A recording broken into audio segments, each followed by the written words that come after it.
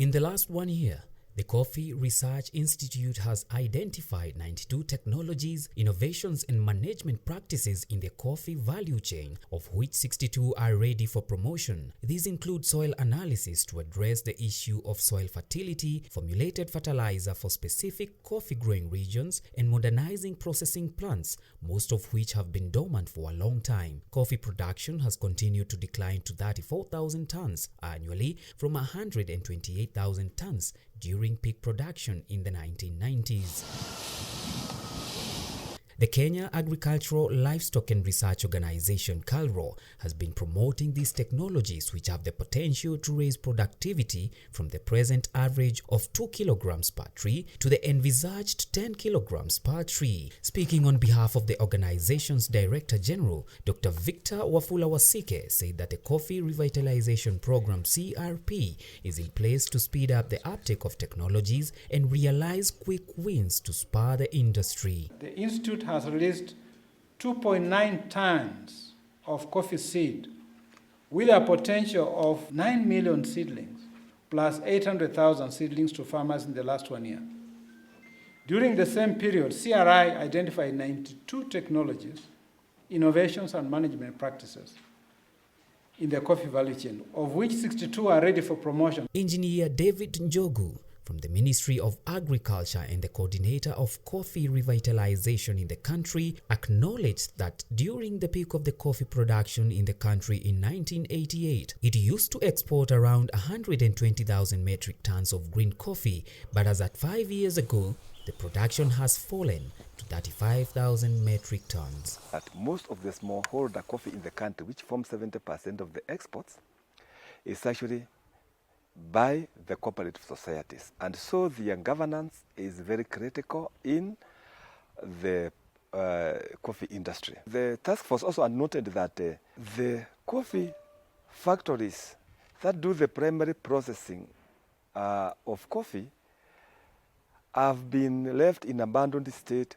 for a long time, and most of the technology which is used there is also very old, and one of the things is also to modernize the coffee factories. Again, for them in the marketing of coffee, it will be recalled that KPCU used to market all the coffee in this country, but then the collapse of the KPCU brought in the private sector, which is good in itself, and considering that also there are so many marketers and millers in the private sector. But again, they did not bring the competition as is always envisaged in the private sector. Engineer Njogu added that together with the coffee-growing counties, a framework is being developed to roll out over 62 technologies to the farmers in the most efficient way before the month of November as they prepare their crops for the next season. The project is funded through the National Agriculture and NARIC project and KESA project. And it is focusing on 8 counties on a pilot basis. These are the counties of Machakos, Kiambu, Murang'a, Nyeri, Kirinyaga, Embu, Tharaka Nithi, and Meru. And these are the traditional coffee producing region. And between them, they produce 70% of the coffee that is exported by the country. On matters technology, Dr. Gishoro, the Institute Director of the Coffee Research Institute in Roiro, said that they are incorporating new ways of coffee processing like drying with the sun, using solar energy other than the electricity and fossil fuels, looking at expanding of coffee areas such as going to western of the Rift Valley in order to increase the loss of land and coffee. The essence is to increase the production at production level, quality at the exit from the farmer's point of view, and primary processing, which is under the cooperatives. So the activities or interventions designed are at the level of production, at the level of primary processing, and then at the level of marketing.